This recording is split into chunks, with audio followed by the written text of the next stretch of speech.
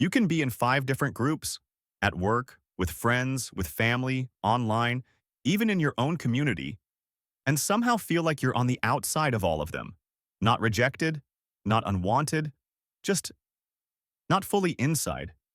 You're included but not anchored, accepted but not understood. And at some point, you start asking yourself a painful question. Why do I feel like I don't belong anywhere, even when people seem to like me?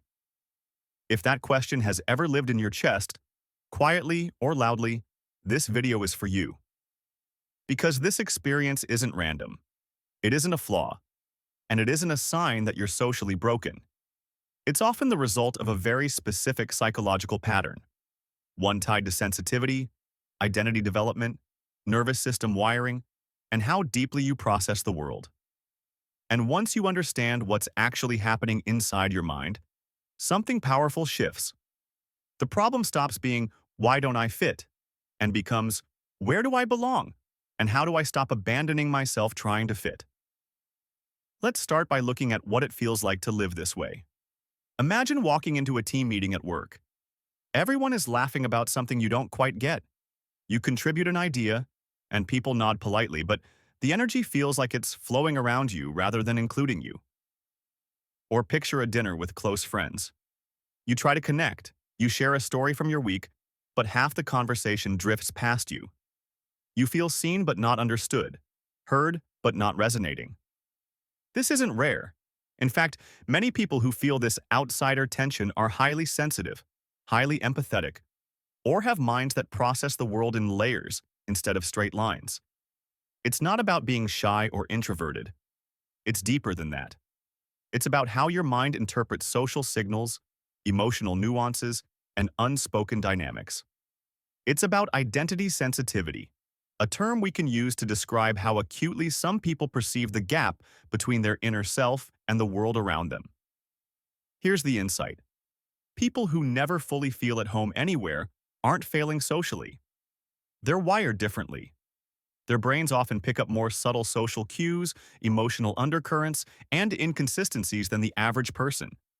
While most people operate on surface-level social processing, who said what and how should I respond? Highly identity-sensitive individuals also register. The unspoken tension in a group dynamic. The micro-expressions that contradict words. The emotional residue of a conversation. This is exhausting. It's why you can feel drained after being socially present, even if nothing overtly stressful happened.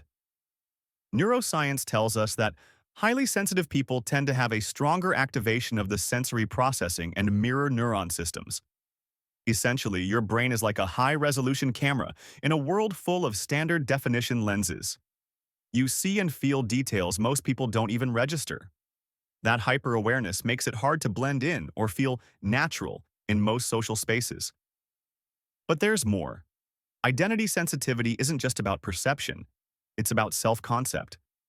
When your internal sense of self is rich, layered, and sometimes fluid, you can perceive multiple possibilities of how you could act, think, or belong. You're constantly evaluating, is this authentic to me? Will I compromise my integrity? Am I performing who I'm supposed to be? Most people don't experience this constantly. They might ask themselves these questions occasionally. You live in them. And the more options your mind considers, the harder it is to land in a single place and feel completely at home. It's like standing in a room of mirrors, seeing multiple versions of yourself reflected back, while everyone else sees just one.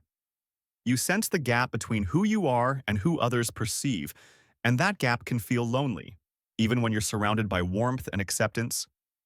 So how do you navigate this without exhausting yourself? First, let's validate the experience. It's okay to feel this way. In fact, it's a marker of depth, awareness, and emotional richness. People who process the world this way are often more creative, more empathetic, and more capable of nuance than the average person. Feeling like you don't fully fit isn't a deficit, it's a byproduct of complexity. Next, there are practical steps to start reclaiming your sense of belonging, starting with self-anchoring. 1. Anchor in your values, not the crowd. Instead of measuring belonging by how well you mirror others, identify your core values and priorities. What matters to you deeply? What principles guide your decisions and relationships? When you act from these, you create internal consistency, which is more stabilizing than external approval. 2. Curate your social ecosystem. You don't need to belong everywhere. Identify environments where your identity-sensitive wiring is appreciated rather than drained. This might be small, niche communities, creative circles, or intellectually curious spaces. Quality beats quantity. 3. Practice micro-boundaries. Feeling like an outsider often comes from absorbing too much unfiltered energy, other people's moods, tensions, or expectations. Learn to notice when emotional input isn't yours and gently set internal boundaries. It could be as simple as a mental phrase, "This isn't mine to carry." 4. Reflect and externalize journaling, or talking with a trusted friend about your internal experience helps. Externalizing internal tension transforms abstract feelings into concrete observations. You see patterns instead of just chaos. 5. Leverage your sensitivity. Instead of trying to shrink your awareness to fit in, use it as a tool. Your nuanced perception can guide creative projects, meaningful relationships, or leadership roles where empathy and insight are assets. But a quick warning, this path isn't linear. You'll still have moments of discomfort and alienation. Even after mastering internal anchoring, social overwhelm can creep back in. High sensitivity isn't a problem to solve. It's a trait to understand, respect, and integrate. For people with ADHD, social anxiety, or trauma histories, these feelings can amplify. If you find your sense of disconnection is paired with severe distress, professional guidance is valuable. A therapist familiar with identity sensitivity or highly sensitive traits can help navigate these layers safely. Here's another insight that can shift your perspective. Belonging doesn't require fitting perfectly everywhere. True belonging comes from alignment with yourself first. Think of it like a magnet. When you're grounded in your authentic identity, you naturally attract people, spaces, and opportunities that resonate with your wavelength. You may still feel out of place in some rooms, and that's normal. But the energy you expend trying to blend decreases drastically. It's also helpful to adopt a mindset of curiosity. When you notice yourself feeling out of place, ask, "What am I sensing that others aren't? What does this reveal about my needs, values, or identity?" This transforms alienation into information instead of frustration. Let's bring this into a practical scenario. Imagine you're invited to a large family gathering. You feel the usual twinge of misalignment, noticing subtle conflicts, unspoken judgments, or repeated patterns of expectation. Instead of forcing yourself to merge with everyone, you anchor in your values. I'm here to connect, but not at the cost of my authenticity. Observe social currents without absorbing them. This tension isn't mine to fix. Seek micro-connections with individuals who resonate, rather than the group as a whole. By the end of the evening, you may still feel slightly different, but you also feel more centered, less depleted, and with a clearer sense of where you truly belong.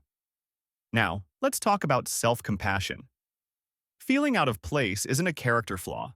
It doesn't mean you're unworthy. In fact, your depth of processing, your sensitivity, and your awareness are rare gifts in a world that often favors speed over nuance. Take a moment and say to yourself, "It's okay that I feel different.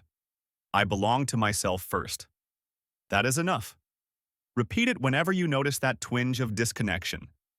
Over time, it rewires your internal sense of belonging from external validation to internal alignment. Finally, think about your life as a graph of tension versus resolution. The peak of tension is when you feel completely out of sync, socially, emotionally, or professionally. The resolution comes when you anchor in yourself, notice patterns, and selectively engage with environments that resonate with your identity. The conflict is inevitable. The resolution is achievable. And the beautiful part? The higher your sensitivity, the more richly you can experience life when you navigate this curve consciously. To summarize the key points. 1. Feeling like you don't fully fit anywhere is tied to identity sensitivity and deep social perception, not a personal defect. 2. Your mind notices subtle patterns and emotional nuances others miss, which can make social integration challenging. 3. Anchor in your values, curate your social spaces, and practice emotional boundaries. 4. Use reflection and self-compassion to transform discomfort into clarity and insight. 5. Belonging comes from alignment with yourself first. External acceptance is secondary. As a next step, you might want to try a simple reflective exercise. Take 15 minutes today to map your core values, your social environments, and the spaces where you feel energized versus depleted. Notice patterns and see where your energy naturally aligns. That map becomes a compass for belonging,